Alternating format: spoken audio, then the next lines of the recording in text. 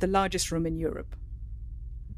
This is Devonshire Dock Hall in Barrow-in-Furness, the largest room in Europe when it was built in 1986 for BAE Systems. Maggie's Farm, it was nicknamed, for the then Prime Minister. Now it is the second largest room in Europe, after Dockerhalle 2 in Germany, where cruise ships are made. In Devonshire Dock Hall, they build nuclear-powered submarines that can stay underwater for a year. Barrow is on Britain's northwest coast, a mainly 19th and 20th century industrial town at the end of a peninsula above Blackpool and below Scotland. It faces the Irish Sea, the islands of Furness, and the Isle of Man. You don't just go to Barrow. It isn't a stop-off on the way to elsewhere, a place to drive through. The road ends in Barrow. You go because you live there or for business. Successive businesses have dominated the town. These have tended to be secretive, for various reasons, all based on location. As in a fairy tale, Barrow is a place of impressive natural defence. To the north and northeast, the forests, high hills, and small mountains of the Lake District. To the south and southeast, the treacherous mud of Morecambe Bay. This mess of salt marsh and strong tides is a notorious death trap. At low tide, you can walk from one side to the other, if you know the routes, and when the sea is due to return, or are being led by the Queen's Guide to the Sands, its royal-appointed navigator. Otherwise, it's easy to get stuck and drown as you stray to pick cockles or birdwatch or enjoy the wide views. The tide turns quick and fast here. The Queen's Guide was first appointed in 1548, just after King Henry VIII dissolved England's monasteries and seized control of their assets from the Pope in Rome. Before then, the people who knew the safe ways through tides and mudflats were monks, who have been plentiful in these parts, and whose traces remain up and down the coast. The monks came here with the Normans after their invasion of Britain in 1066, which was bankrolled in part by the Pope. Furness Abbey, another large room, built 57 years after the Norman conquest in a hidden hill-fold just outside Barrow, was once the second richest and most powerful monastery in Britain. Its founders were a lucky bunch of monks.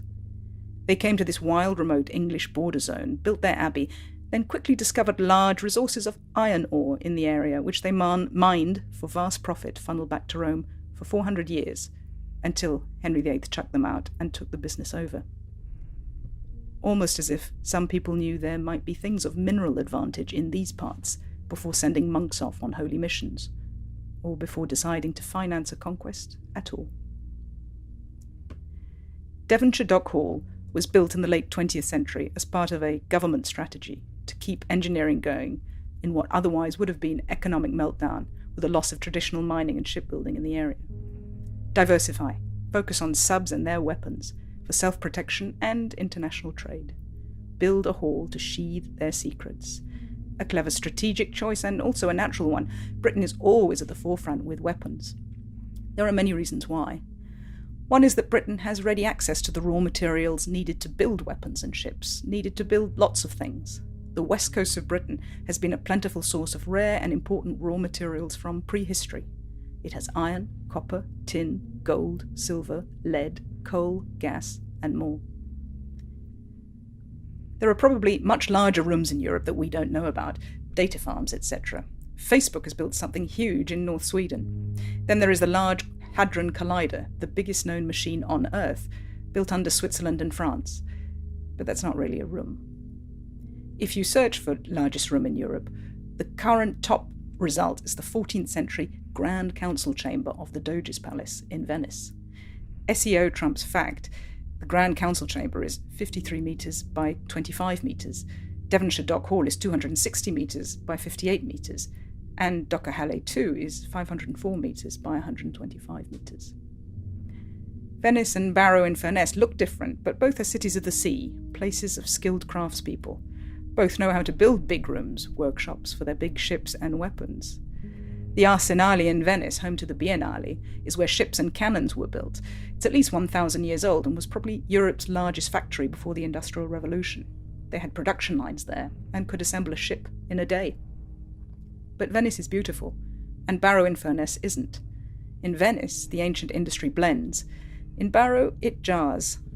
Devonshire Dock Hall is the wrong scale. There are houses right next to it, small old red brick homes built for BAE Systems workers of earlier centuries who made ships and other craft and technologies, not submarines. The colour also stands out. 80s beige formica, almost fashionable. And because it's so tall, the tallest building in Cumbria, you can glimpse the hall and its ever-changing shape down roads from far away as you walk around Barrow and neighbouring Walney Island. You can even see it from the end of the pier in Blackpool, 60 miles down the coast. There's plenty of strange scale in Barrow because of the flat coastal land and the mountains of the Lake District rising steeply behind it, and the town's heavy industry and its gigantic products. An efficient and inexpensive look has been favoured that plonks new builds down without much care for the surroundings. Barrow has been dominated by industry. The housing is secondary, for the workers, and that is part of what gives Barrow its brutal power. Things are out in the open here. Ulverston, up the coast from Barrow, is a pretty old market town known as a gateway to the Lake District. Tourists come here to put walking boots on and head north for the hills. But if you head south instead, towards the shore and mud, you will pass Conishead Priory just before Bardsey on the Barrow coastal path. The building you see today is 19th century, built on the site of another Norman monastery.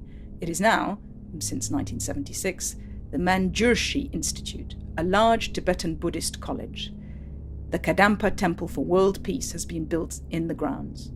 It contains the largest bronze Buddha statue cast in the West. Walking past the temple, down through old gardens of medicinal plants, brings you to the shore of Morecambe Bay. This stretch of coast has sombre beauty, wide views, shifting light, and it's empty. Why walk here in the mud when you could be up with everyone else in the picturesque lakes? Empty except for the birds and fishermen, who are here for the same thing, the plentiful cockles and other shellfish, who are here in turn because of the plankton, who are here because of the mineral richness of the terrain.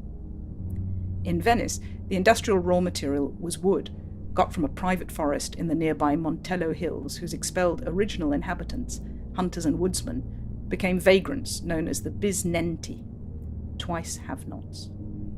You grow the wood, you chop it down, you make ships. You can kind of do it anywhere trees and forests can be planted.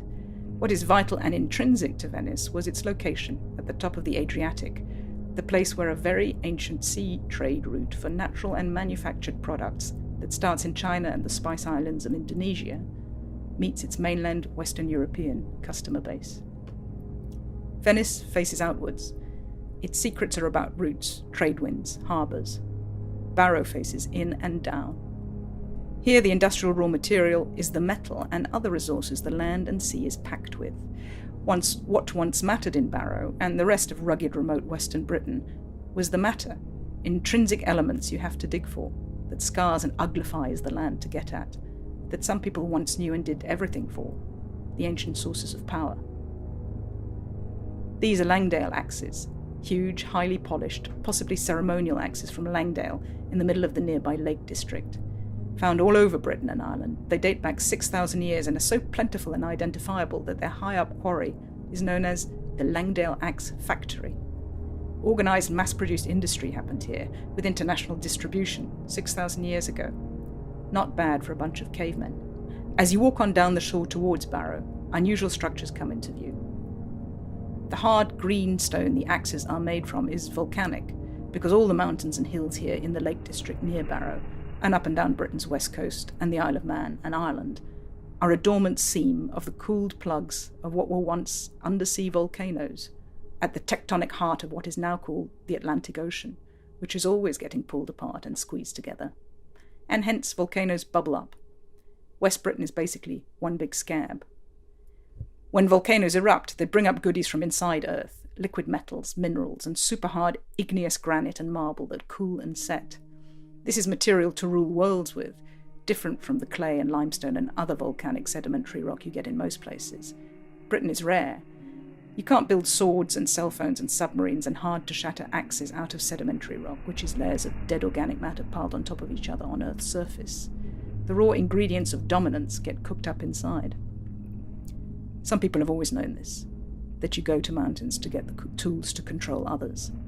And some people have always known that Britain is a good place for that kind of thing, if you know where to go.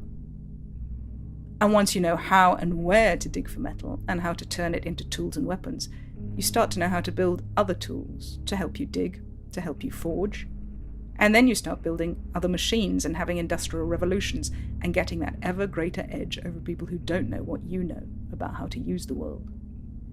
And if you know how to find metal in one place, you can find it elsewhere. Until recently, for example, 80% of the world's gold was mined in countries of the British Commonwealth. As you walk further down the coast, away from Conishead Priory and the temple, towards Barrow, other unusual structures come into view. At the end of the coastal path is Roa Island, once an actual island, now connected to the mainland by what was a railway line and is now a road. There are various islands along the coast here, a place of great blank beauty. Standing here just before Roa Island, where the path runs out, if you turn towards the sea, a large dun cube is visible across the water on the facing shore at the other side of Morecambe Bay. This is Heysham Nuclear Power Station. It lights up at night. If you look right, you can just about glimpse the fringes of the world's largest offshore wind farm, where 102 190-metre turbines cover 55 square miles of the Irish Sea, 19 miles away from where you stand. Down where the road ends, you see the small settlement of Roa Island, houses to the left, boats to the right, and beyond it, the ruins of Peel Castle, out to sea beyond Roa, on its own island. Peel Castle was built by those busy monks from Furness Abbey to ship their iron and other goods, and to travel between here and their estates and building in Ireland and the Isle of Man. It was built on top of earlier buildings, the bases of those who controlled this trade and area before the Normans came.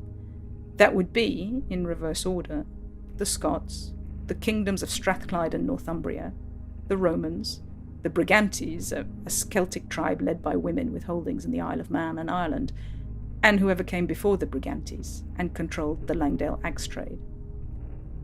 The Normans, incidentally, followed the exact same route as the Romans 1,000 years later for their invasion of Britain, securing the south of England, then speeding west and north to Wales and these remote areas to conquer the ferocious tribes, almost as if they came for the same thing, using the same maps. Those popes, with Greek and Roman maps got from Vatican basements or Arab translation libraries seized in Spanish reconquests or Middle Eastern crusades. And where did the Romans and Greeks get their maps from? And where do you hear any of that? They say those Furness monks cut tunnels into the limestone from Peel Castle underwater and underground to Furness Abbey and other buildings in the Barrow area to travel more freely, secretly, and efficiently with their heavy goods. Or perhaps they took over tunnels built by someone else. No one has ever found those tunnels, but the story persists, and it is certainly true that in Lindale, near Barrow, in 1892, a train fell into an abyss that suddenly opened up beneath its tracks, a disaster perhaps caused by subsidence in the aftermath of all that mining, or an Ice Age sinkhole, which are common here, or something else. The hole was so deep, the train has never been found. The railway, which used to join Roa Island to the mainland, once led to Barrow, a relic from the old trade route linking Barrow and the Isle of Man. Most of the track is now a nature path, skirting the coastal mud, from behind a pub in Rampside up into town. If you walk up there past the trees and birds, you will see flames jetting up from gasworks, and maybe hear the strains of disco wafting over the mud flaps from the huge international cruise ships that dock in Barrow to bus passengers away fast for day trips to the more scenic lakes. Walking past the deep docks, you arrive in town, back in red Barrow, red because of the iron in the local brick clay. When you walk west through town, Devonshire Dock Hall looming back into view, you come to the jumble of boats and supermarkets at the water's edge. Across the channel is Walney Island, the largest English island in the Irish Sea, and the 8th largest island in England. The bridge across is Victorian and gated. Here at the turn of the 20th century, the Barrow shipyard Vickers, now renamed BAE Systems, built Vickerstown, a settlement for its workers, the skilled labour that built ships, battleships, weapons and early submarines. A company town. This is what that skilled labour built. The streets here are named for the ships they built. Most of the workers and their work are gone now. There is high unemployment here. Shipbuilding has moved on to South Korea and China. The only thing getting built in Barrow these days are the submarines. Where are they headed, these dopey-looking beasts, after their try-out paddles in the monster's playpen? Off on long unseen military journeys, gathering data? Prospecting and mining those rich undersea volcanoes and mountains we don't know the names of? And where are their workers headed? We all know that such last holdouts of skilled manufacturing won't last long. Already what goes on in Devonshire Dock Hall looks quaint. Machines will build the machines soon, will print the machines for distant masters. And where will that leave us twice have-nots?